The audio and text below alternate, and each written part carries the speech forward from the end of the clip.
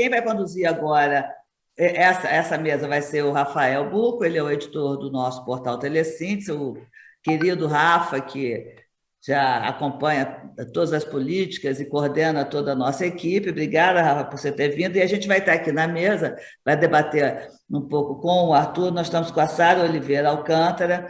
A Sara é diretora de projetos e analista de planejamento e desenvolvimento organizacional na Prefeitura de São Paulo.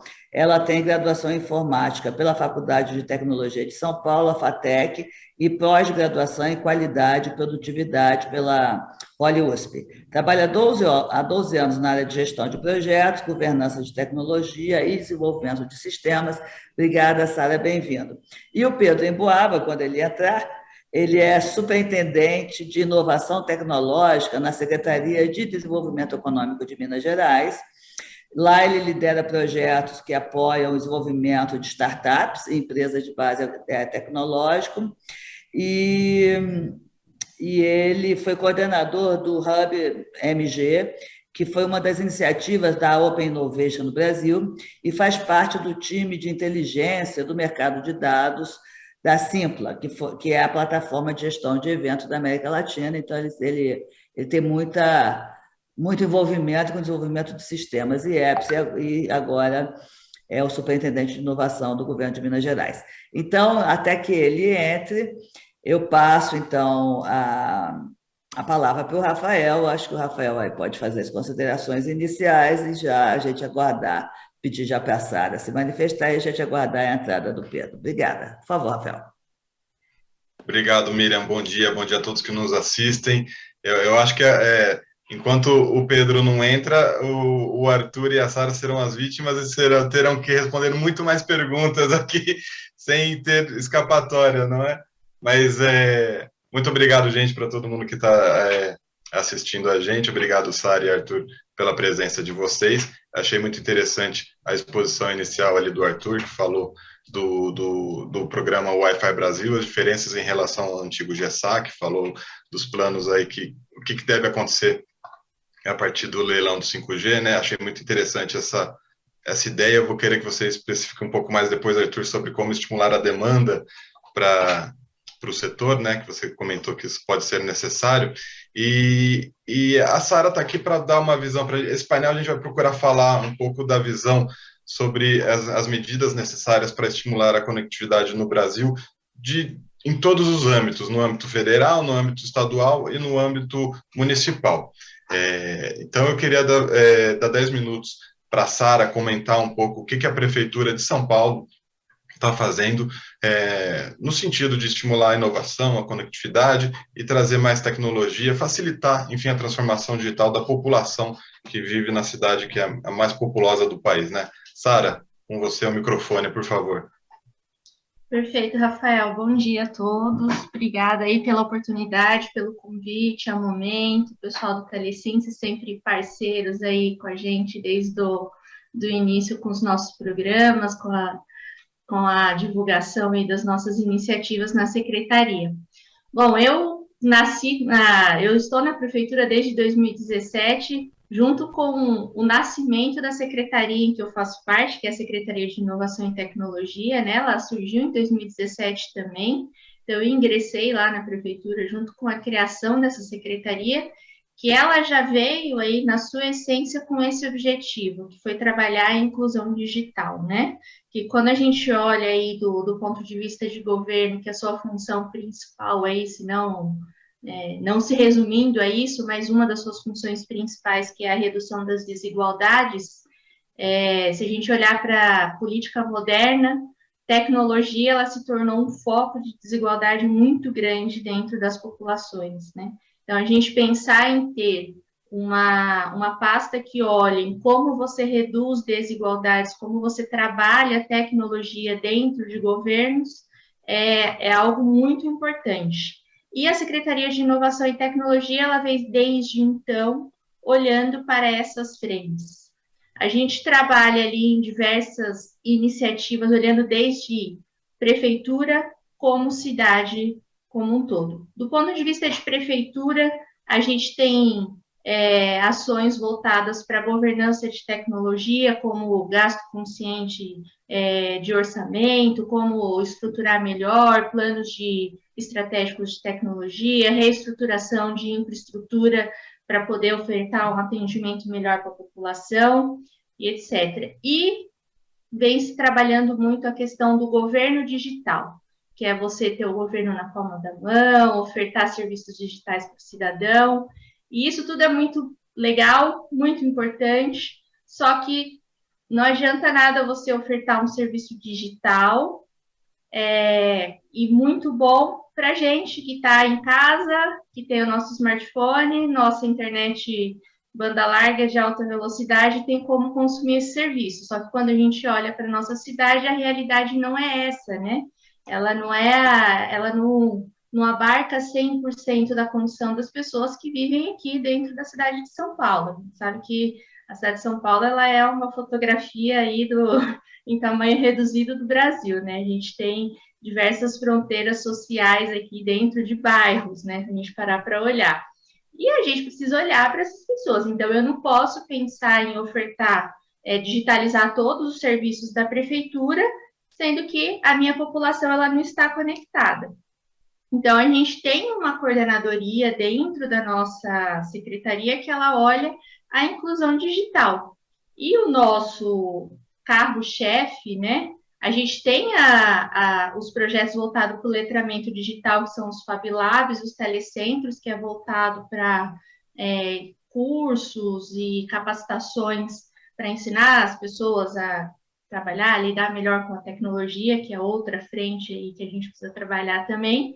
Mas o carro-chefe é o programa Wi-Fi Livre SP, que é você levar a conexão para pontos da cidade onde as pessoas não têm condições de ter o acesso à internet. Então, uma coisa é você não ter a infraestrutura. Isso aí eu acho que é outra questão que a gente já discute, né? Que o Arthur colocou muito bem, que a gente ainda tem áreas de sombra, não só na cidade, como no Brasil inteiro, mas a gente tem uma outra situação que eu tenho conexão ali, né? Eu tenho antena, eu tenho disponível, mas as pessoas não têm condições de consumir esse serviço. Então, se eu quero preparar a minha cidade para ela ser inteligente, para ela ser inclusiva, para ela ser digital, eu tenho que levar uma infraestrutura e disponibilizar ela para que as pessoas possam ter acesso a isso, independente aí da sua renda. Então, o programa Wi-Fi Livre ele já está em operação hoje, ele tem 1.088 pontos de acesso à internet gratuitas distribuídos pela cidade. E no plano de metas desse ano, de 2021 a 2024, ele veio aí na meta 59 com uma meta audaciosa e de expansão para atingir 20 mil pontos até 2024. Então, a gente vai ter 20 mil localidades de acesso aí gratuito à internet dentro da cidade de São Paulo, com esse objetivo, que é você criar uma infraestrutura inclusiva, né? Que é isso aí. Quando a gente fala em cidades inteligentes, a gente está ansioso esperando o 5G, porque vai ser a porteira aberta para a gente começar a trabalhar as iniciativas de cidades inteligentes. Eu acho que todas as cidades aqui no Brasil estão esperando isso para começar a desenvolver, né? Porque todo mundo fala carros inteligentes, semáforos, carros autônomos, sensores de estacionamento. A gente depende de infraestrutura para isso. Só que eu não posso pensar nisso apenas. Eu preciso pensar que a cidade ela tem diversas realidades, ela tem diversos recortes, né? E eu preciso atender todos esses recortes. Então, a secretaria ela está olhando para todos esses recortes. E, paralelo a isso, a gente tem um grupo de trabalho que está sendo desenvolvido em parceria com a academia. Então, a gente tem um hub de inovação que ele tem parcerias com a USP, com a iniciativa privada, com diversas empresas, para que a gente desenvolva estudos de projetos voltados para cidades inteligentes. Então, a Secretaria está aí tentando unir todas as pontas para que a gente consiga digitalizar serviços, tornar a cidade uma cidade digital, uma cidade inclusiva, alfabetizar as pessoas digitalmente e, ao mesmo tempo, levar a conexão à internet gratuita para as pessoas que não têm condições de comprar esse acesso. E aí, A gente lançou recentemente, agora, no dia 9 de outubro, o primeiro edital dessa expansão do Wi-Fi, foi para 4.000 pontos.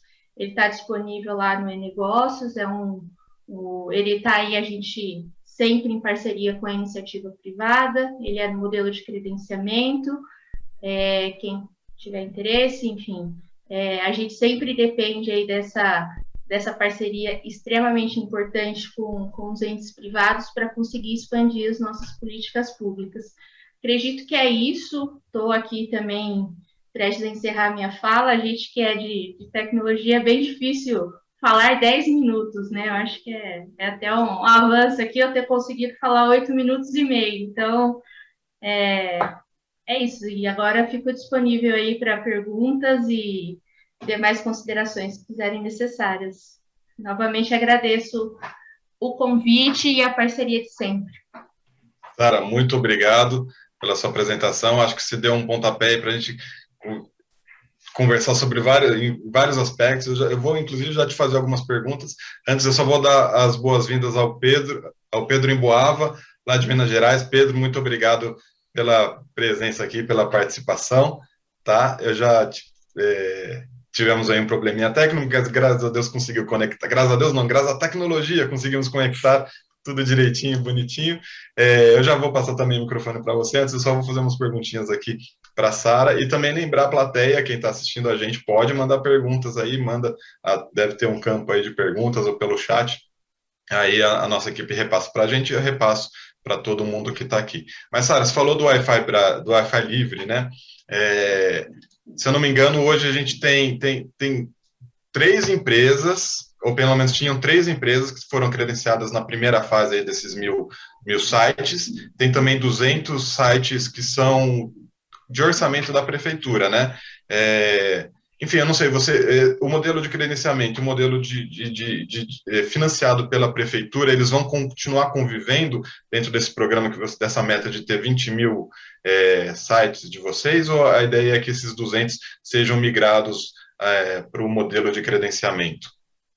Então, Rafael, na verdade, agora esses sites financiados pela prefeitura, eles já foram todos migrados, né? A gente já não tem mais nenhum ponto de Wi-Fi, ele é financiado pela prefeitura. Todos já estão no modelo de credenciamento ou parcerias, tá? Então, se você olhar, algumas concessões da prefeitura, elas já saem como contrapartida o fornecimento de Wi-Fi público. Então, os abrigos de ônibus com a concessionária Ótima, alguns deles já têm Wi-Fi público, então eles também são localidades de acesso público à internet.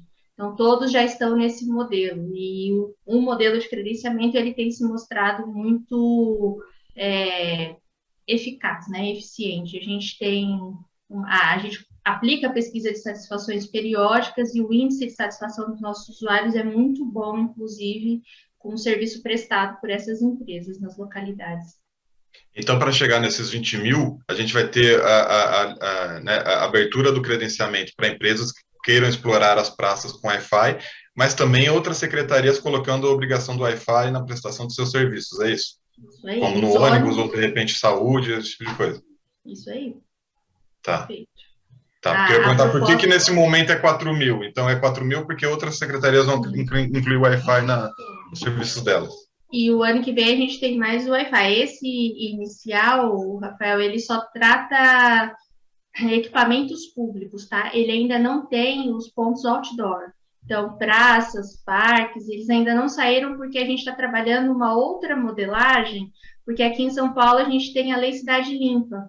Então, a gente precisa trabalhar muito bem essa questão da publicidade para você não cair em algumas questões aí que inviabilizem o projeto. Então, a gente está trabalhando nessa modelagem para sair no ano que vem, aí, meados de 2022, com outro edital, com aproximadamente mais 5.000 localidades também, todas outdoor. Essa desse edital são todas indoor, são postos de saúde, escolas, conjuntos habitacionais, enfim, conselhos tutelares, equipamentos de assistência social, cultura, enfim, tem... E o credenciado o credenciado é remunerado, digamos assim, com base no cadastro que eles conseguem, que eles podem fazer ou exibição de publicidade, é isso?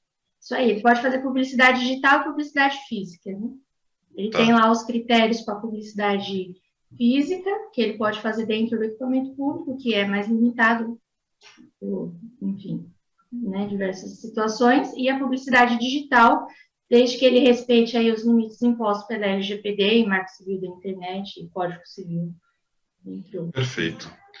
Pedro, em Boava Vaz, é a sua vez aqui de falar para a gente o que Minas Gerais está fazendo para incentivar a inovação no estado e ampliar a conectividade das pessoas e da sua população. Por favor, eu te dou até 10 minutos para você fazer essas considerações iniciais, depois a gente entra nas perguntas, tá bom? Obrigado pela presença. Eu que agradeço, Rafael, agradeço a todos que fizeram esse convite para a Secretaria de Desenvolvimento Econômico de Minas Gerais como um todo. Acho que é um prazer para a gente estar podendo falar aqui dentro do InovaTIC. Peço desculpas, de fato, pelos os desafios tecnológicos que a gente teve aqui para acessar esse momento de hoje, mas eu queria começar falando um pouco sobre o que o governo do estado de Minas tem feito para estimular a ciência, tecnologia e inovação aqui no nosso estado como um todo, né? Acho que cabe mencionar, talvez, só para dar um contexto, que Minas, para quem não conhece, é um expoente em termos de tecnologia. Nós temos o maior número de instituições públicas federais de ensino superior, a gente tem o segundo maior número de empresas de base tecnológica aqui no estado, a gente tem um estado que ele é majoritariamente ainda assim muito pautado em mineração, agronegócio, indústrias tradicionais, e que todas, eu posso estar sendo leviano, mas a maioria delas estão olhando cada vez mais para entender como ciência, tecnologia e inovação estão transformando os seus respectivos negócios. Então, a gente tem visto casos de muito sucesso de, por exemplo, o próprio ArcelorMittal, a maior empresa de aços do mundo, que tem uma base muito grande aqui no estado de Minas Gerais e que tem o seu hub de inovação aqui também no estado, foi o precursor de vários modelos de venture capital, corporate venture capital, aqui no estado especificamente. E, além disso, a gente tem, acho que, um histórico muito grande, desde empresas que se tornaram unicórnios e ainda estão aqui.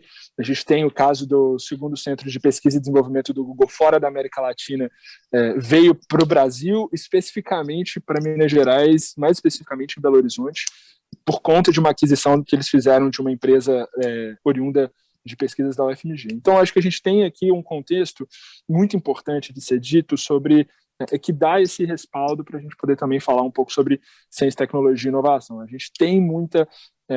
acho que fazer ciência, tecnologia e inovação nesse cenário não vou dizer que é mais fácil, mas de fato tem algumas peculiaridades que precisam ser mencionadas. Além disso, quando a gente está falando sobre conectividade, é impossível a gente não falar do Inatel, que é uma instituição de ensino superior aqui, que fica especificamente em Santa Rita do Sapucaí, e que tem uma capacidade muito grande de desenvolvimento de tecnologia para a área de telecomunicações como um todo, já fazendo várias pesquisas em 5G, tinham parceria com a própria Huawei, enfim, acho que tem feito coisas muito, muito interessantes aqui no nosso estado. Mas, de uma maneira geral, a gente não pode, enquanto setor público, acho que só deixar a nossa história contar o que vai ser o nosso futuro, né? O que nos trouxe até aqui talvez não faça com que a gente chegue mais adiante. Então, para isso, o Estado de Minas Gerais tem lançado mão de várias políticas públicas que estimulem o desenvolvimento de tecnologias e também, acho que aprimorem essa parte de transformação digital, conectividade e cidades inteligentes. Eu vou tentar ser bem sucinto aqui, já que eu já tive 3 minutos da minha fala só para essa contextualização. Acho que é importante começar falando, então, sobre o CID. O CID ele é um programa que a gente está na nossa 6ª edição, em que a gente apoia o desenvolvimento de empresas de base tecnológica, startups, nascentes, de qualquer lugar do mundo, mas que elas têm que vir aqui para o Estado para fazer esse processo, esse programa de estímulo ao seu respectivo desenvolvimento. E aqui a gente seleciona startups, a gente apoia elas financeiramente, subvenção econômica sem contrapartida, a gente não pede equity ou qualquer outra coisa do gênero, a gente conecta ela com potenciais clientes, potenciais investidores e com mentores para o seu respectivo desenvolvimento. Desde o início desse programa, então, a gente já apoiou o desenvolvimento de mais de 180 empresas de tecnologia. Elas faturaram em conjunto mais de 144 milhões de reais. Só em 2019 elas faturaram mais de 80 milhões de reais em conjunto. Elas empregam mais de 2.000 pessoas e receberam, pós-programa, mais de 52 milhões de reais em investimento. Na verdade, esse número está até defasado, porque só recentemente a gente teve algumas empresas sendo vendidas, que passaram pelo programa, sendo vendidas para a Localweb, para Melius, para Toro Investimento, enfim, para grandes players aí do mercado, e que no final das contas acho que tem mostrado também um pouco da preponderância desse projeto. E eu acho que o que é mais interessante dizer sobre ele é que desde o ano passado ele assumiu uma nova versão em que a gente trabalhou e trouxe desafios do setor público para serem resolvidos pelas startups. A gente viu o nosso ecossistema amadurecer muito. A gente tem, na verdade, hoje mais de 60 instituições que apoiam o desenvolvimento de startups e empresas de base tecnológica aqui no estado, né? Incubadoras, aceleradoras, venture builders, pré-aceleradoras, etc., parques tecnológicos. Então, a gente percebeu que o nosso programa ele também precisava mudar. Com isso, a gente, então, entendeu e foi compreender desafios da Emater, que é a nossa empresa de extensão rural aqui do estado, Banco de Desenvolvimento de Minas Gerais, Secretaria de Infraestrutura, Secretaria de Saúde, Secretaria de Abastecimento e Agropecuária, enfim, diversas instituições públicas estaduais. A gente levantou os seus respectivos desafios e abriu para quem a gente acha que são as melhores pessoas que vão conseguir desenvolver ou adaptar soluções tecnológicas que possam ser altamente escaláveis e que possam ter um preço relativamente mais baixo ou mais em conta com o que a gente tem visto no mercado, que são as startups. Então, hoje, a gente tem essa 6ª edição do programa, em que a gente está apoiando, e apoiou, na verdade, 59 startups diferentes, 47 delas voltadas para desafios públicos, para trabalhar junto com 31 desafios públicos diferentes. E aí, além desse desenvolvimento, adaptação dessa nova tecnologia, a gente percebeu um gargalo lá no ano passado, quando a gente lançou o programa, que a gente precisava também trabalhar para a contratação dessas soluções tecnológicas depois desses períodos de testes e de adaptação dessas tecnologias para o desenvolvimento junto com o setor público. Então, para isso, a gente, junto com o deputado Antônio Carlos Arantes, no ano passado, a gente ajudou na redação da Lei de Incentivo de Startups, que foi sancionada no início desse ano e hoje recepciona o marco legal das startups a nível federal, que facilita, dentre outras coisas, facilita o processo de contratação de startups pelo estado de Minas. Então, isso tem sido super importante e a gente tem feito esse processo agora de adaptação e de, na verdade, execução dessa legislação por meio de um outro programa nosso que chama Hub MG. E o Hub ele tem esse intuito de promover a conexão de desafios públicos com soluções tecnológicas, por meio, hoje, dessa legislação especificamente, que aqui é a nossa Lei 23793, a nível federal é a Lei Complementar 182.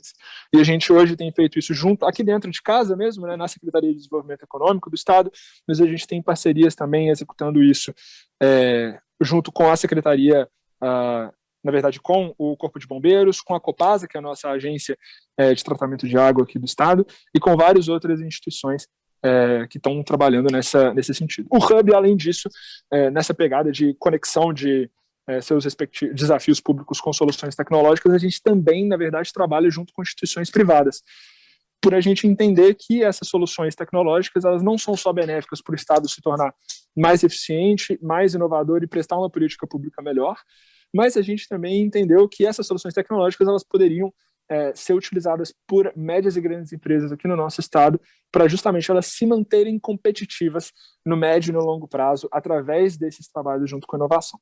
Então, desde o início do programa, a gente já trabalhou com mais de 84 instituições, a gente já promoveu mais de 400 conexões com soluções tecnológicas, startups ou soluções acadêmicas, né?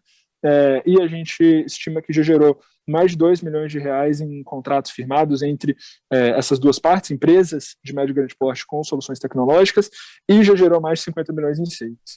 Como o meu tempo está terminando, eu acho que vale a pena só mencionar que a gente também tem um projeto de vivência universitária em empreendedorismo e inovação, porque não adianta a gente falar sobre colocar e conectar tecnologias dentro do setor público, por exemplo, nesse caso especificamente, se a gente não está falando do desenvolvimento dessas novas tecnologias. E a gente sabe que muitas delas vão acontecer dentro das instituições de ensino do nosso Estado. E não só das instituições públicas, mas também das instituições privadas. Então, para isso, a gente criou esse programa, em que a gente já, na última rodada, a gente trabalhou com 22 campos diferentes, com mais de 100 alunos e 96 professores, onde a gente conseguiu chegar a 76 mil pessoas, basicamente criando iniciativas dentro dos seus respectivos campos, nas instituições de ensino superior públicas e privadas aqui do nosso Estado, justamente de estímulo ao empreendedorismo e inovação, seja a criação de disciplinas de empreendedorismo, criação de programas de incubação, de pré-aceleração, de políticas públicas, na verdade, de inovação dentro das instituições de ensino superior. Por último, mas não menos importante, a gente também tem um programa que chama o iTech, que é um programa de inclusão social e inclusão digital, onde a gente hoje está ofertando gratuitamente cursos voltados para a área de tecnologia, como a gente sabe que tem uma escassez de mão de obra nessa área, mas também cursos voltados para a área de negócio, onde a gente está estimulando o desenvolvimento dos cidadãos e cidadãs mineiros e conectando eles com o mercado, onde a gente tem parceria com Microsoft, Take, Alura, dentre vários outros. Bom, vou deixar o resto para as perguntas. Rafael, muito obrigado. Eu adoro o bom humor das políticas públicas de Minas Gerais, o iTech, eu acho fantástico esse nome, né? Fica na cabeça e é marcante, acho bem legal. Pedro, eu só queria entender uma coisa, o incentivo que vocês dão para as startups, está um processo seletivo aberto, né, pelo que eu entendi, para 59 startups, qual que é o funding, o limite de funding, e até quando vai a inscrição?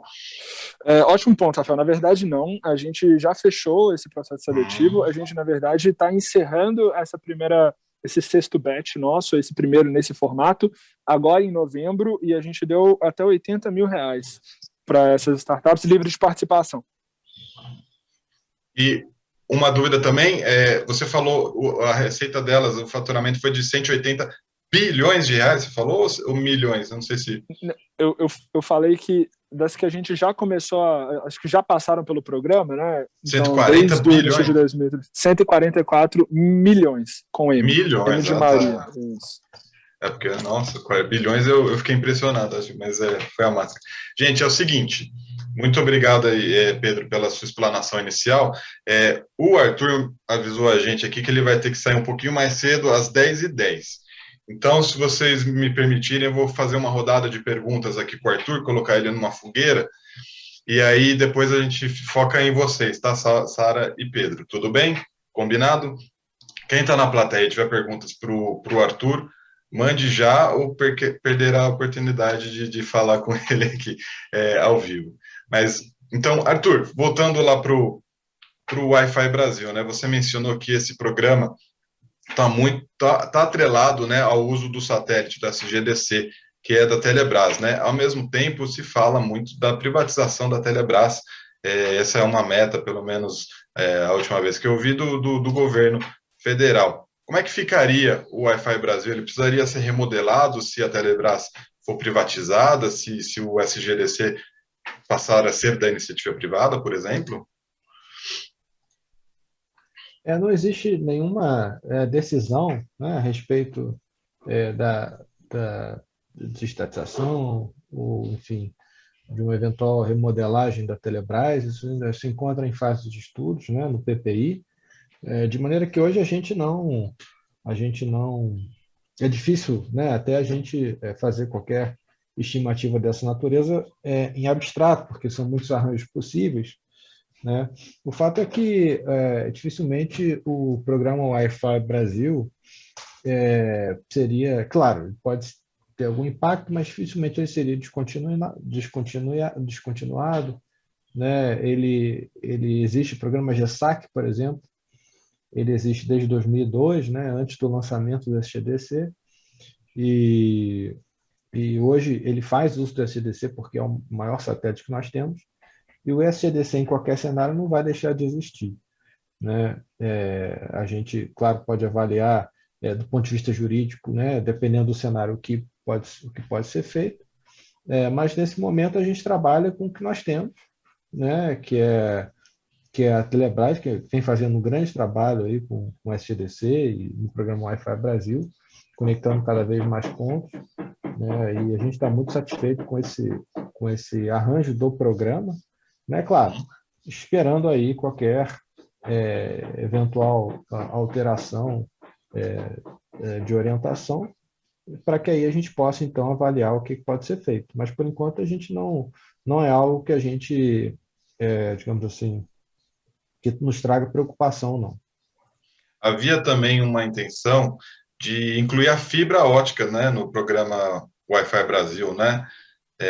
Como é que isso, vocês já têm uma ideia de como isso vai funcionar e a partir de quando que isso seria incluído?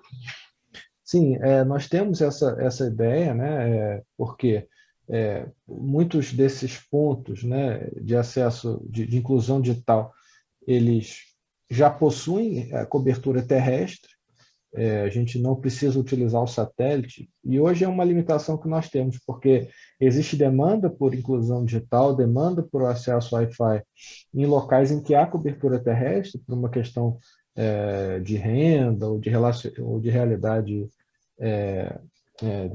geodemográfica, e a gente tem uma limitação de não poder atender alguns desses pontos, porque o satélite ele se presta, né, a atender primariamente pontos em que não há disponibilidade de outro tipo de acesso à internet. Então, quando tem uma concorrência entre um ponto na área rural, né, que não tem nenhuma outra forma de acesso à internet, e um ponto numa periferia urbana, que até tem fibra ótica, mas tem uma restrição de renda e que faria sentido colocar Wi-Fi, o satélite ele é naturalmente destinado para a área rural. E por isso que existe essa iniciativa de trazer também a modalidade Wi-Fi. É algo que a gente vem discutindo ainda no Ministério, qual seria a melhor forma de fazer isso, mas a gente conta muito, né, e o ministro Fábio Faria, ele tem essa orientação para a gente conta muito com os provedores regionais nessa iniciativa, né? A gente pretende fazer algo, porque os provedores eles estão em locais em que não existe nenhuma outra empresa atendendo, né? Isso é óbvio. Tanto é que quando a gente compara o Brasil com o mundo, o Brasil tem essa situação única, né, de ter um mercado dominado por provedores regionais. Em nenhum outro país isso acontece, né? Nós temos até a situação de alguns provedores regionais, mas é pequena em alguns países. E nós temos muito também o que nós chamamos de redes comunitárias, que são, por exemplo, cooperativas e tal, em alguns países latino-americanos e europeus, cooperativas rurais que fazem sua rede. Então, o Brasil tem essa vantagem e essa situação muito vantajosa de ter um mundo de provedores regionais que chegam, né, em locais em que hoje não chegam, e isso está chamando a atenção do mundo, né? Nós estivemos algumas semanas atrás, o ministro esteve, eu acompanhei, a uma reunião com mais de 30 fundos de investimento que estão interessados em fazer investimentos na área de telecomunicações no Brasil, e havia um interesse, né, grande e surpreendentemente informado de fundos estrangeiros, fundos americanos, por exemplo, interesse grande deles sobre os provedores regionais, né, com conhecimento de mercado, com dados, enfim. Então, o mundo inteiro está olhando para os provedores regionais do Brasil. Isso é muito interessante, porque vai permitir, né, a chegada de mais investimento nessa seara, vai permitir que a gente expanda, então, o acesso à internet cada vez mais. Já que você falou que os fundos de investimento estão interessados no mercado dos ESPs brasileiros, a gente tem o governo adotando políticas, aí pegando um pouco também a ideia do Pedro, o governo tem políticas para incentivar startups, né? O novo marco prevê aí jeito de contratação das startups e tal. Muitos dos ISPs não têm também o porte para participar de algumas licitações de governo. Será que vocês pensam em alguma forma de fazer os ISPs participarem mais aí do fornecimento de conectividade do governo federal no futuro? É possível pensar em algo nesse sentido?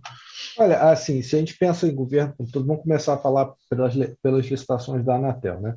A Anatel ela vem desenvolvendo, aí pensando em radiofrequência especificamente, a Anatel ela vem desenvolvendo um formato, né, de leilão que vem convergindo, né, ao interesse e à realidade prática dos provedores regionais. Então, tivemos o leilão de 2,5 alguns anos atrás, né, foi uma primeira tentativa da Anatel, houve um relativo sucesso, alguns provedores acabaram não conseguindo ir adiante, mas foi uma aprendizagem importante.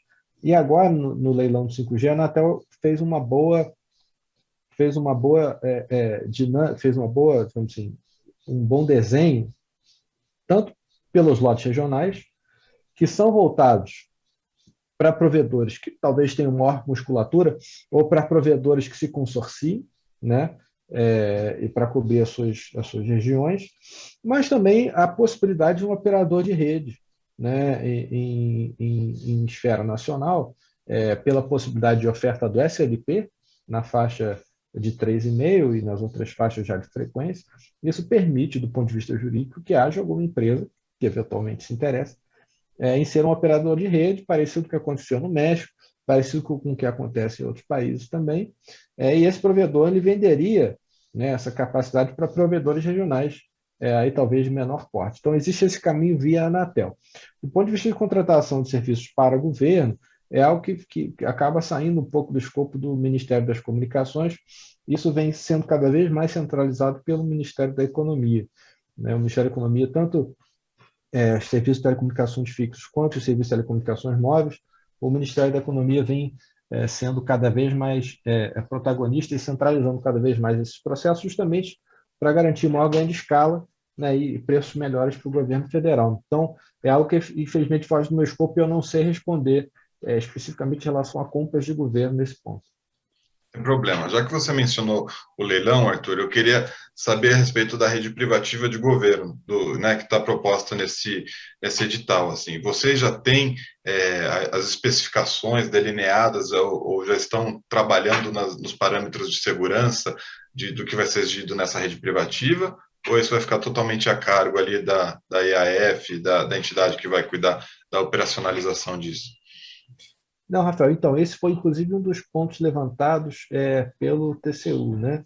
O TCU recomendou, né, orientou, que o edital ele já trouxesse, né, esses requisitos mínimos, elementos mínimos dessa rede privativa, né, para que, enfim, para trazer mais previsibilidade, né, para os interessados em fazer algum tipo de oferta no leilão. E o conselheiro Moisés, no seu ponto de vista, chamou a atenção desse ponto.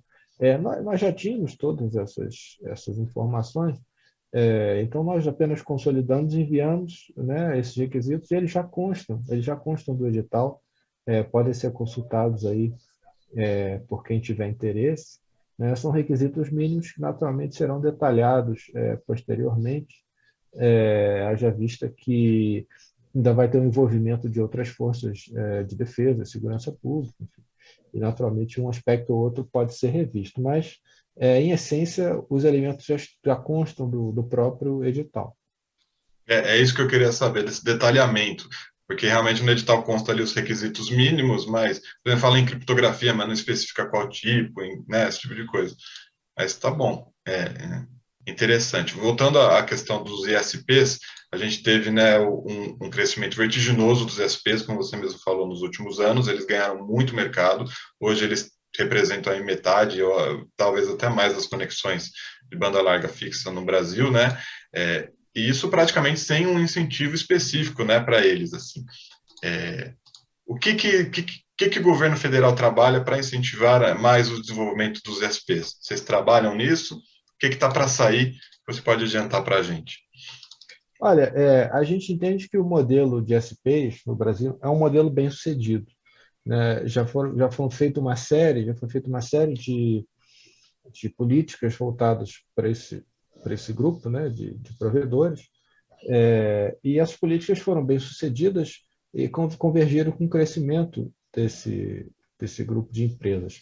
Tanto é que já existe um movimento forte de consolidação, né, desses provedores, tanto endógeno quanto exógeno, quer dizer, você tem iniciativas deles mesmos se juntarem, e você tem iniciativas de fundos de investimento, né, atuarem agregando e formando grupos maiores desses provedores, e isso mostra que o modelo, como se encontra hoje, é bem sucedido, né? Agora, sim, sempre há desafios, né?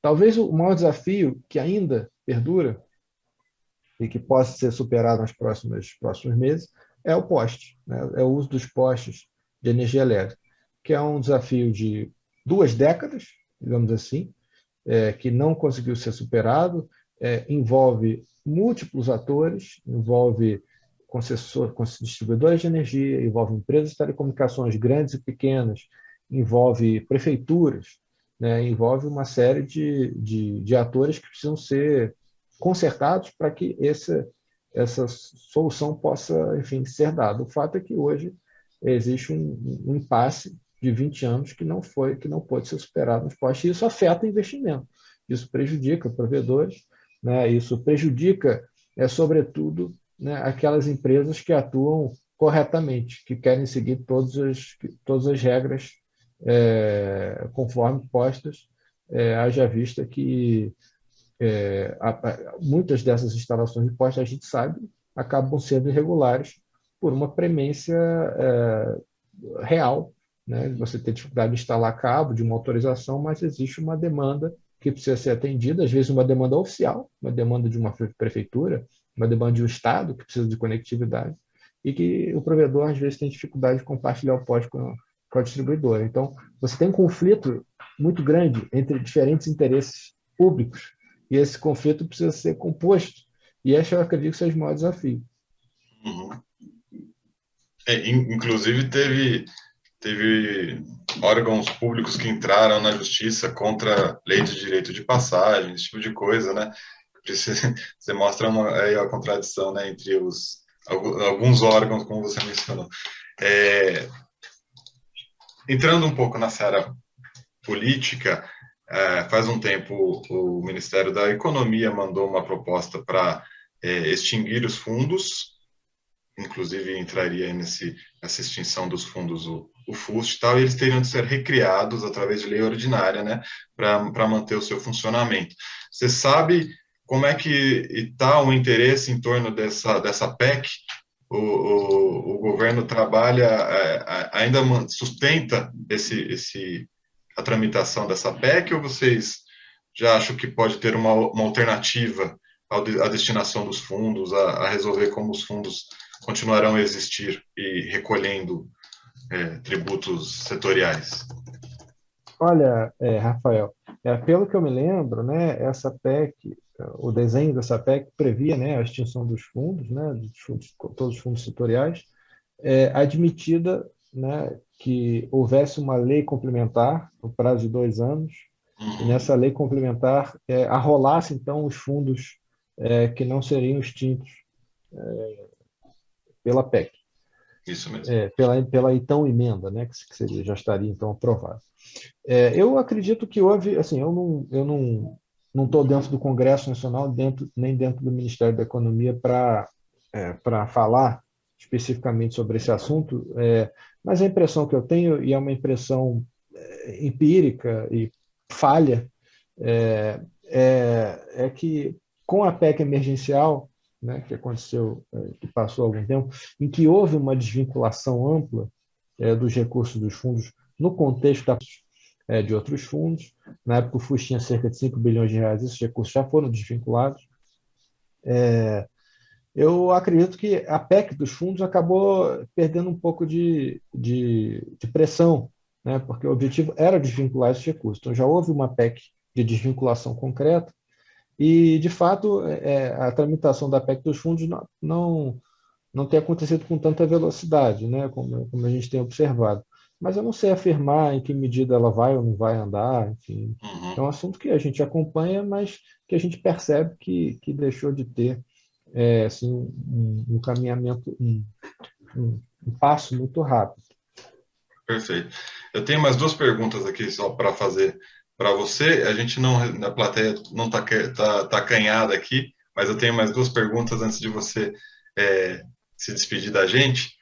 Uma é programas de financiamento da infraestrutura, como teve no passado o RPNBL, por exemplo, eles podem ser retomados? É algo que está no radar do Ministério das Comunicações atualmente? Rafael, o grande programa que a gente tem hoje para financiamento, né, e estímulo à infraestrutura é o programa de debêntures incentivadas. Nós temos, claro, essas políticas do 5G que vão implantar infraestrutura, que são importantes, mas especificamente do Ministério, o programa de debêntures incentivadas, a gente fez uma reforma desse programa no ano passado, e essa reforma foi muito bem sucedida. A gente conseguiu meio que, acho que foi octuplicar o volume de investimentos que a gente tinha tido antes dessa reforma. Claro, a gente tem um cenário aí fiscal muito particular ainda tinha, né, de juros baixos, isso estimulava o investimento via debêntures, mas foi muito bem sucedido, né, muito bem sucedida essa reforma. Então, eu acredito que o grande programa que nós temos é o de debêntures incentivados, inclusive provedores regionais já entraram nesse programa para obter seu financiamento por meio de debêntures. Inclusive, tem espaço para muito mais emissão, né? Se eu não me engano, o setor de telecomunicações está ali é o que menos tem pego empréstimos pelo debênture incentivado, né? Tem recorrido ao debênture incentivado. Tem recorrido muito mais do que no passado, mas ainda não chega perto de outros setores de infraestrutura, né? Para finalizar aí essa rodada de perguntas com vocês, com você, Arthur, eu queria falar sobre algo relacionado, inclusive, ao Pedro e à Sara, que é assim, como as políticas públicas federais podem convergir com políticas públicas estaduais e municipais em prol da conectividade da população, para que todo mundo converse a mesma língua e a gente tenha antenas onde precisa ter antena, a gente tenha direito de passagem onde precisa ter direito de passagem, a gente tenha a permissão do uso de postes, enfim, como que vocês podem conversar entre si e garantir que todos os entes e órgãos públicos, enfim, funcionem com o mesmo objetivo comum? É uma pergunta simples. Assim, a gente tem exemplos muito ricos, né? O próprio estado de Minas, né? O Pedro está aí, porque, por exemplo, Minas foi uma pioneira no Minas Comunica, né? Acho que em 2006, né, se eu não me engano, e já fez duas outras etapas, digamos assim. Então, isso estimulou, inclusive, outros estados a fazerem o mesmo. A gente vê Espírito Santo, né, a gente vê Ceará, a gente vê Rondônia. Então, estados que procuraram fazer a mesma coisa que Minas Gerais fez. Isso é um ótimo exemplo. Né? E aí, a nossa preocupação, inclusive, é uma preocupação não só nossa, mas do próprio Tribunal de Contas da União, é que haja um acompanhamento pelo governo federal dessas políticas estaduais e municipais para evitar a sobreposição de investimentos e de esforços, né? Faz muito sentido.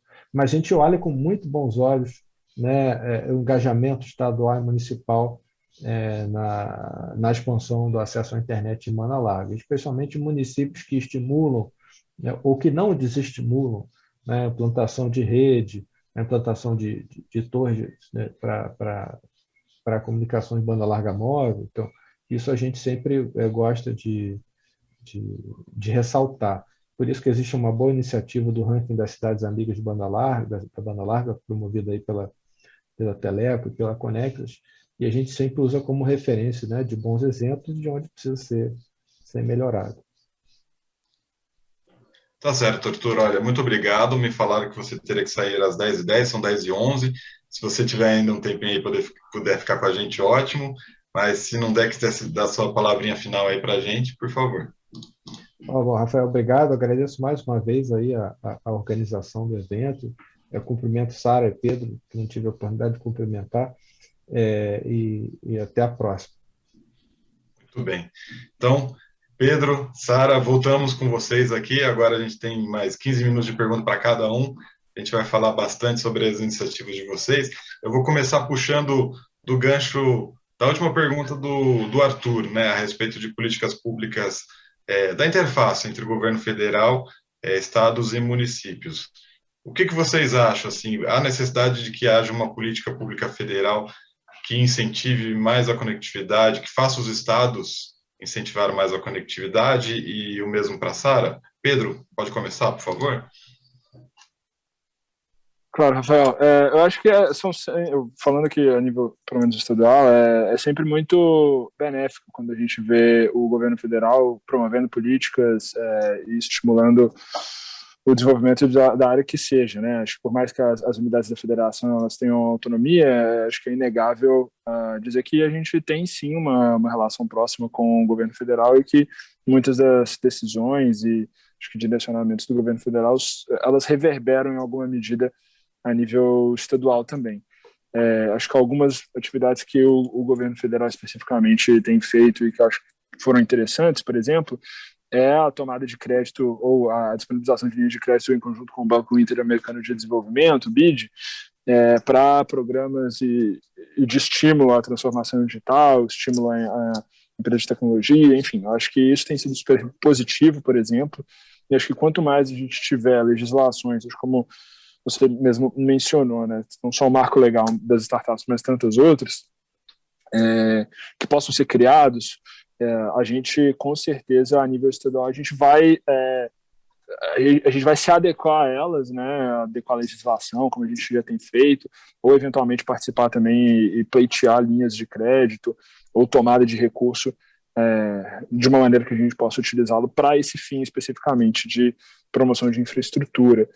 E, consequentemente, a gente vai poder fazer isso, né, numa segunda instância com os próprios municípios, estimulando os municípios a isso, né? Acho que só pegando um gancho, foi comentado pelo Alexandre sobre o Minas Comunica, que é um super programa, tanto ele quanto o Allominas, em que a gente tem levado cada vez mais internet, no caso do Minas Comunica, internet móvel, para os diversos municípios do estado, né? Minas é o estado com o maior número de municípios, são 853, e hoje ele chegou, na verdade, no ano passado a gente chegou a 707 municípios com essa cobertura. Ainda não é o suficiente, no sentido de a gente precisa universalizar esse tipo de processo, mas ao mesmo tempo a gente entende sim que é extremamente importante e benéfico para a população como um todo, principalmente para os negócios. Então, pequenas vendas que agora começam a ter acesso a essa internet vão poder utilizar diversos aplicativos, muitos deles máquinas de cartão de uma forma simplificada. Então, acho que tem uma série de pontos positivos por aí. Então, com certeza, é extremamente importante a gente ter essa relação. Acredito que isso possa ser feito por meio de legislações, linhas de crédito ou a implementação de políticas públicas em conjunto também. Agora, da mesma forma, você mencionou os municípios, né? Da mesma forma que vocês esperam talvez mais crédito, mais financiamento, ou algo assim vindo do governo federal, o que vocês podem demandar, cobrar que os municípios façam para que a população de Minas Gerais como um todo seja mais beneficiada da conectividade, hein? Bom, do nosso lado, o que eu acho que a gente consegue, e a gente tem trabalhado para isso, é na implementação de legislações. O Estado ainda, infelizmente, está acima da lei de responsabilidade fiscal. Então, a gente está, inclusive, esse é um dos fatores para a gente não, por exemplo, tomar crédito ou poder participar de qualquer linha de crédito junto ao governo federal. Mas o governador Romeu Zema tem trabalhado muito para pagar contas e deixar o Estado acertado, né? Por exemplo, desculpa ter entrado nessa seara, mas como você mencionou, a gente sempre tinha o pagamento do salário dos servidores em parcelado há alguns anos já. E aí, ano passado, ou, na verdade, no meio desse ano, a gente conseguiu acertar esse pagamento. Então, acredito que em algum momento a gente vai conseguir dar esse tipo de recurso para os municípios. Mas eu acho que um ponto que é importante para os municípios é que eles possam ter alguma... Não precisa ser necessariamente uma área, mas pelo menos que seja uma pessoa que esteja pensando sobre isso.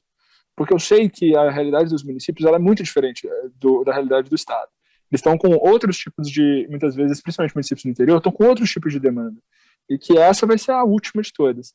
Mas se a gente não tiver alguém lá também que esteja buscando esse tipo de iniciativas, a gente com certeza não vai conseguir implementar em todos os 853 municípios.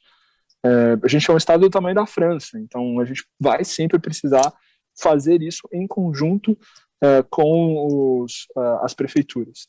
Então a gente precisa disso e a gente precisa, acho que um outro ponto também é a adoção mesmo de legislações a nível municipal que fortaleçam as legislações federais e estaduais que são criadas. Perfeito. Sara, sua vez, como é que a interação com o governo federal e com os estados pode melhorar a conectividade nas cidades, hein?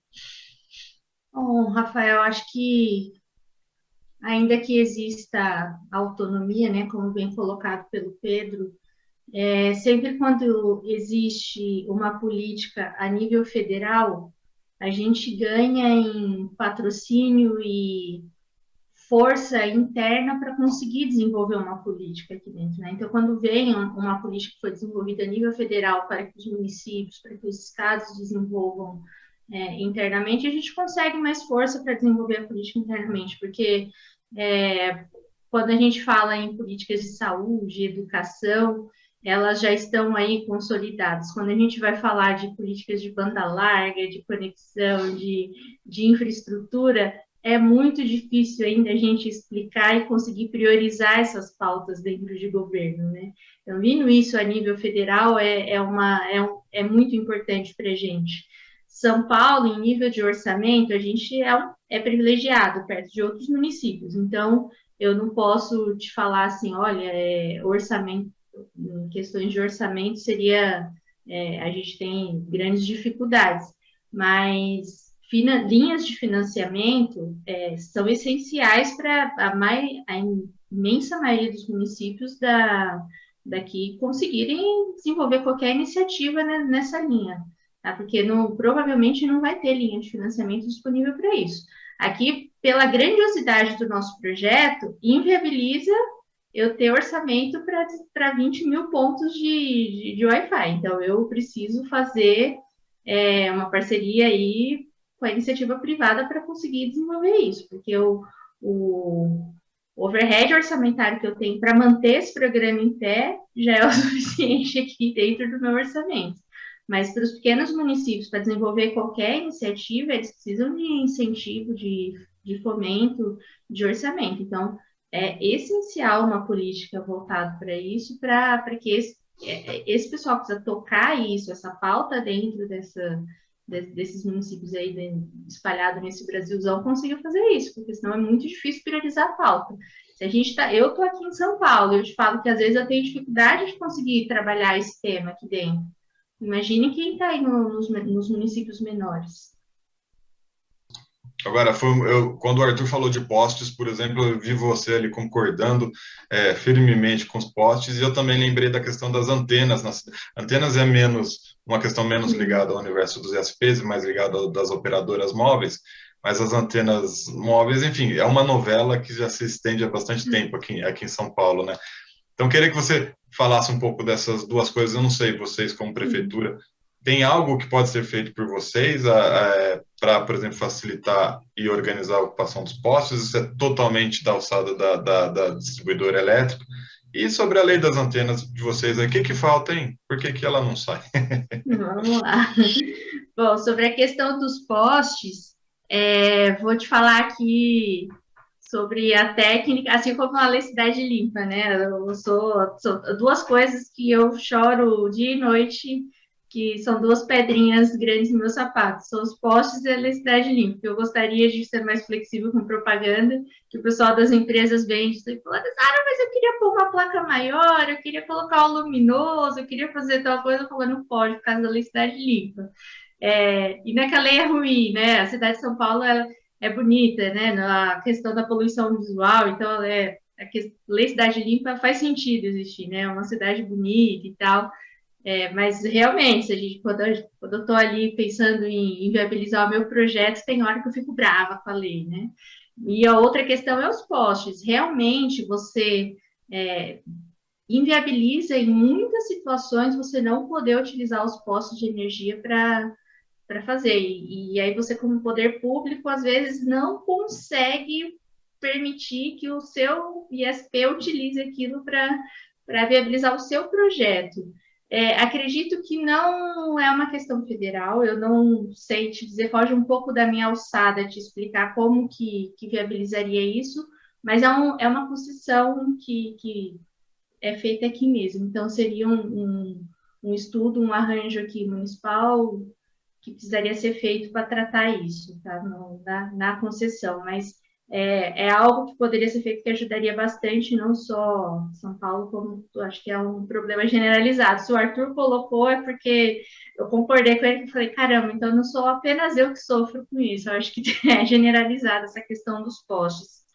Sobre a lei das antenas, a questão das antenas, o PL estamos todos aqui também ansiosos com isso, né, Rafael? A gente sabe das dificuldades que a gente tem dos gargalos de conexão na cidade.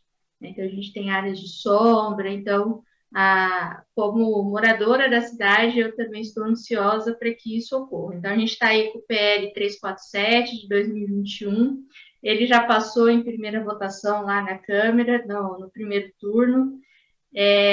Os debates são extensos, são longos. O que a gente sabe é que a pressão e o desejo é que ele seja aprovado muito rápido, né? Então, o executivo aqui da parte da prefeitura, está todo mundo trabalhando para que ele passe muito rápido. Então, estamos na torcida tanto quanto vocês para que o mais breve possível a gente tenha boas notícias aí em relação a esse PL. Tá bom. Olha, obrigado, Sara. Chegou uma pergunta aqui do Cleiton Rodrigues Soares. É mais ou menos o que eu estava querendo saber a respeito da relação entre os entes, né, para a regulação do setor, mas ele entra mais na seara jurídica. Ele quer saber assim, se há uma prática, um diálogo entre vocês, municípios, estados, com a Anatel, com o Ministério das Comunicações, para que haja uma disseminação da informação da delimitação dos papéis dos entes. E aí ele cita, por exemplo, os casos de legislações municipais ou estaduais que acabam derrubadas no STF por entrarem na seara das telecomunicações, que, em teoria, a legislação em torno das telecomunicações é privativa da União, né? Mas, enfim, acaba criando problemas, são ali meses ou anos de tramitação do processo, isso faz o investidor ficar meio receoso. Então, enfim, a pergunta dele é isso, assim, se há esse trabalho de educação dos municípios, acho que o Pedro pode responder até mais por conta dos 850 e poucos municípios, e a Sara pode comentar se do lado dela, São Paulo já está bem ciente ali do que não é nem São Paulo, né? Mas seria a Câmara, se a Câmara de São Paulo se comporta com a consciência de que não adianta legislar sobre certos assuntos, porque isso vai acabar nos tribunais, né? Pedro, você começa, depois a gente passa para a Sara. Claro. Com relação, eu vou precisar separar, talvez, a minha resposta em duas, sobre a capacitação dos municípios e essa coisa que a gente consegue se manter próximo deles ou não, para que isso possa ser algo discutido em conjunto, mas também que essa informação ela chegue nas prefeituras. E acho que a outra parte da minha resposta vai ser com relação à parte de conectividade, especificamente, em relação com a Anatel, etc. A primeira parte, eu acho que cabe reforçar que o caso de Minas Gerais ele é singular pela quantidade de municípios que a gente tem. Então, 853 municípios é muita gente. E aí, no final das contas, a estratégia que a gente tem feito devido também a esse contexto de pandemia e a necessidade de uma retomada econômica, a Secretaria de Desenvolvimento Econômico do Estado, junto com a Fundação João Pinheiro, que é a escola de governo aqui do Estado, a gente lançou um programa de capacitação para lideranças na retomada econômica. Então, a gente tem feito diversas capacitações para prefeitos e secretários de desenvolvimento econômico, onde a gente aborda uma série de temas relacionados a essa pauta. E uma delas a gente acaba abordando, sim, essa temática de tecnologia e inovação, alguma parte voltada para também conectividade e a importância disso, a importância dessa temática dentro dos municípios. O que eu posso dizer é que ainda são poucos aqueles que dominam esse tema. Em Minas Gerais, né? Acho que Minas Gerais tem essa peculiaridade da quantidade muito grande de municípios. Então, acho que o que a gente tem feito para tentar sensibilizá-los com relação a isso esse tipo de capacitação, parceria com a Associação Mineira de Municípios, também para, acho que sempre trazer temáticas e trazer informações para os municípios sobre esses temas especificamente. A gente não consegue ter um controle, acho que isso aí, sendo muito sincero, a gente não consegue ter um controle das políticas que estão sendo tramitadas a nível municipal e o quanto que elas interferem ou não interferem a nível estadual. Acho que isso, para nós, hoje é muito, muito difícil. Pelo menos aí eu estou falando para nós enquanto Secretaria de Desenvolvimento Econômico, né? Isso é muito, muito difícil, a gente não consegue ter esse acompanhamento justamente pelo número altíssimo de municípios que a gente tem. E do outro lado, com relação a, acho que essa articulação com a Anatel, essa parte especificamente não fica com a Secretaria de Desenvolvimento Econômico do Estado, e fica com a Secretaria de Planejamento e Gestão. Eles que cuidam, na verdade, desses programas Minas Comunica, Alô Minas, eles que cuidam de toda essa parte de infraestrutura e concessões para a empresa privada para ter essa ampliação da conectividade aqui no Estado. E o que eu posso afirmar é que o Estado ele sempre tem essa política de interlocução com entes federais, em especial quando a gente está falando de infraestrutura, mas também com os entes municipais, quando a gente está falando sobre esse tema especificamente. Mas isso especificamente eu não vou poder falar com profundidade porque fica dentro da Secretaria de Planejamento. Você não mencionou também a Assembleia Legislativa, porque, quer dizer, né, a edição de uma lei relativa a telecomunicações acaba passando pela Assembleia Legislativa. Precisa de alguma interface entre Prefeitura e Assembleia Legislativa para minorar, digamos assim, as possibilidades de edição de alguma... Para até não ter um desgaste, né? Chega lá para o governador e ter que vetar, por exemplo, um projeto de lei que você sabe que no futuro vai ser questionado no STF, por exemplo. Você sabe se vocês têm feito um trabalho nesse sentido? Com certeza, Rafael. Acho que foi bom você ter pontuado isso, porque, de fato, acho que a gente tem uma articulação relativamente boa com a Assembleia, e tanto do ponto de vista de a proposição de legislações, mas a gente acolhe muitas legislações também. Inclusive, há algum tempo eu tive a oportunidade de avaliar uma legislação voltada especificamente para essa pauta de 5G. Então, a gente sim tem visto a Assembleia fazer movimentos nesse sentido, e também movimentos, e sempre, né, é muito claro isso para nós, assim, a Assembleia sempre ouve os municípios, assim, porque grande parte dos representantes que estão lá são representantes dos municípios, ou tem uma interlocução muito grande com os municípios. Então, ela sempre vai ouvir, sim, esses municípios, e sempre tem uma avaliação nossa, técnica, seja pela parte do desenvolvimento econômico, do secretário de planejamento, ou dependendo da área que a legislação ela compete. Então, isso sempre vai passar por nós, e a gente sempre vai poder dar um parecer favorável ou não, o que a gente sugere que seja feito enquanto governo do Estado. Então, a gente tem, sim, essa articulação. Sara, quer opinar? Bom, acho que eu não posso falar pelos nobres vereadores aqui da capital, né? Mas acredito que a respeito da legalidade do PL, são questões que são avaliadas, né? Tanto do ponto de vista da Câmara, quando chega para o prefeito, antes dele sancionar, vetar qualquer questão, a equipe avalia a legalidade do que está sendo feito antes de tomar qualquer decisão em cima disso. É parte do processo legislativo, né? Inclusive, São Paulo sente a prefeitura, não sei, sente na carne esse, né? Porque a legislação de antenas de São Paulo, que era de 2004, caiu agora esse ano passado, por conta de uma decisão do STF. Então, demorou, mas teve que cair em algum momento, né? Assim, então, enfim. Muito bem. Pedro, eu tenho uma dúvida a respeito, já que a gente falou de antenas, eu queria saber se você pode fazer um balanço para a gente da situação de instalação de antenas no estado de São Paulo, no estado de Minas Gerais, se você tem uma percepção aí da facilidade dos municípios para autorizar a implementação, a proposta que você falou, o diálogo de levar uma proposta de uma legislação mais amiga, está sendo bem recebida por municípios? Vocês têm algum quantitativo, de repente, que pode falar para a gente de quantos municípios vão aperfeiçoar aí no futuro suas legislações? Perfeito, Rafael. Acho que o que eu consigo adiantar para vocês com relação a essa questão de antenas e instalação de antenas é que a gente tem um programa dentro da Secretaria de Planejamento e Gestão, novamente, que tem esse intuito de estimular a implementação de novas antenas, sim. A gente tem visto também outras tecnologias elas serem desenvolvidas, o que tem colocado alguns outros pontos ou perguntas nas cabeças dos gestores que estão executando essa política especificamente, no sentido de quais são outras alternativas, além de antenas tradicionais, que podem ser implementadas para a gente conseguir chegar a áreas mais remotas, né?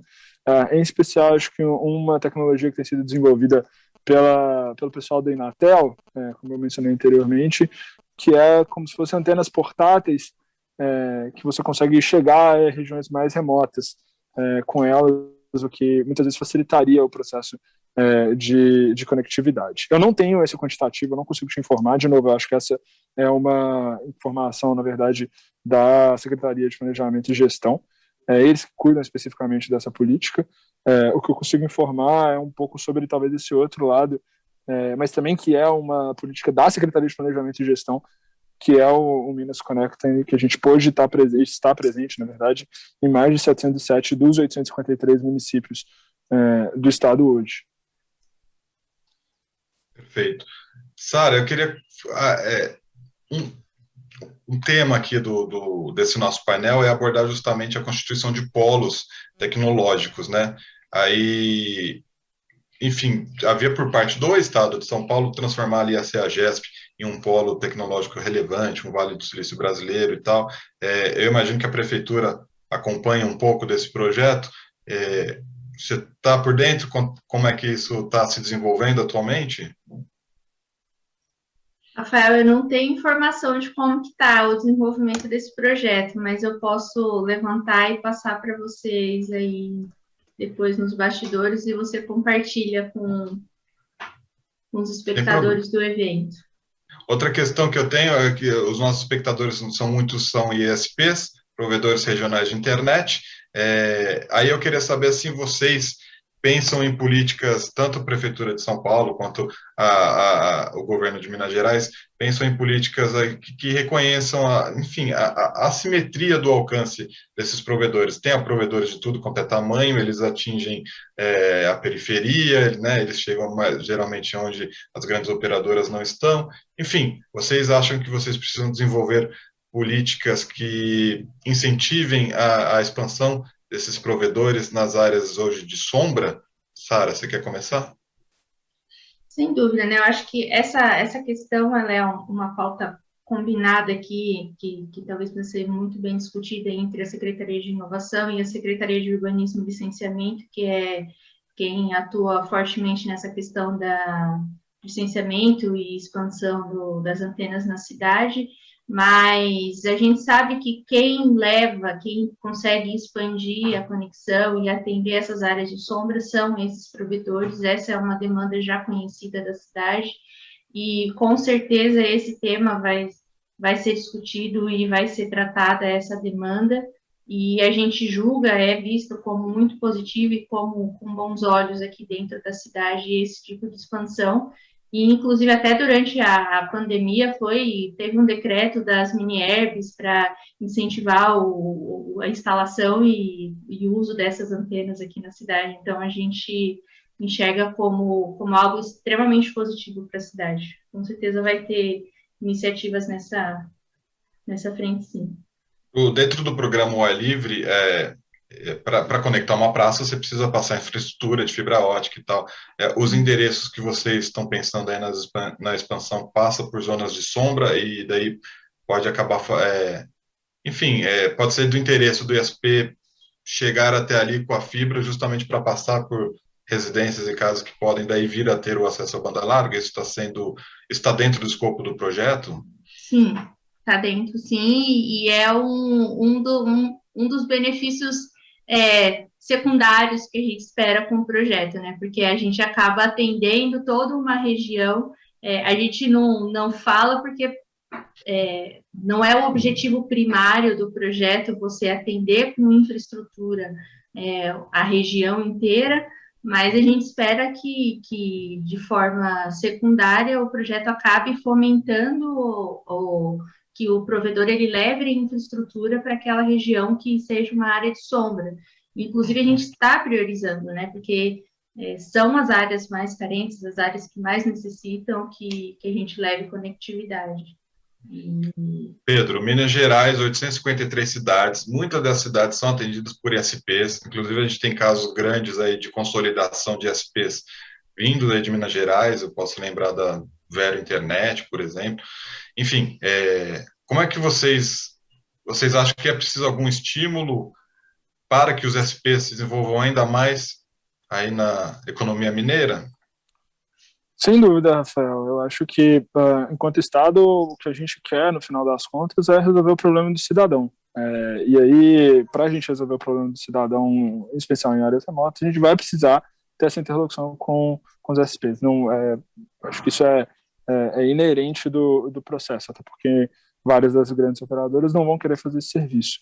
Então, acho que no final das contas, a gente sempre vai estar olhando para qual a melhor e mais eficiente maneira de resolver os problemas do cidadão, seja com relação à conectividade ou qualquer outro.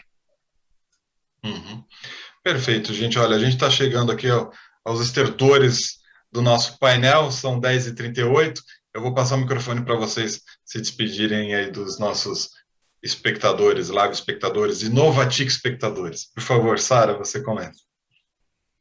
Só agradeço o espaço. Olá. Aí, foi uma manhã extremamente agradável. Rafael, agradeço a condução, extremamente gentil e agradável em relação às perguntas, que são espinhosas, né? Mas deu tudo certo no final. Espero que todos tenham um excelente evento, tem mais 2 dias e meio aí de evento pela frente, e parabéns pela organização, e estou à disposição, né? Tá aí os meus contatos, qualquer coisa em relação aos assuntos que a gente discutiu aqui, fica à disposição para maiores informações. Excelente evento, e bom dia e boa semana para todos. Agradeço também, acho que toda a disponibilidade e o convite. Para nós, quanto governo do Estado de Minas, é um prazer poder estar compartilhando um pouco do que tem sido feito internamente para levar mais tecnologia e inovação para os cidadãos mineiros, com um olhar de eficiência, com um olhar de melhoria nas políticas públicas. Então, acho que a gente continua à disposição e aberto para todas as trocas que podem advir desse evento. E agradeço mais uma vez, Rafael, a condução e toda a organização pelo convite. Tá bom, gente. Olha, muito obrigado, Pedro. Muito obrigado, Sara, de novo pela presença. Vou pensar em perguntas mais espinhosas ainda, mais cabeludas no próximo evento. Daí vocês vão ver só. Eu vou pensar. Miriam, com você. Obrigado, gente, pela Obrigada, gente. audiência aí.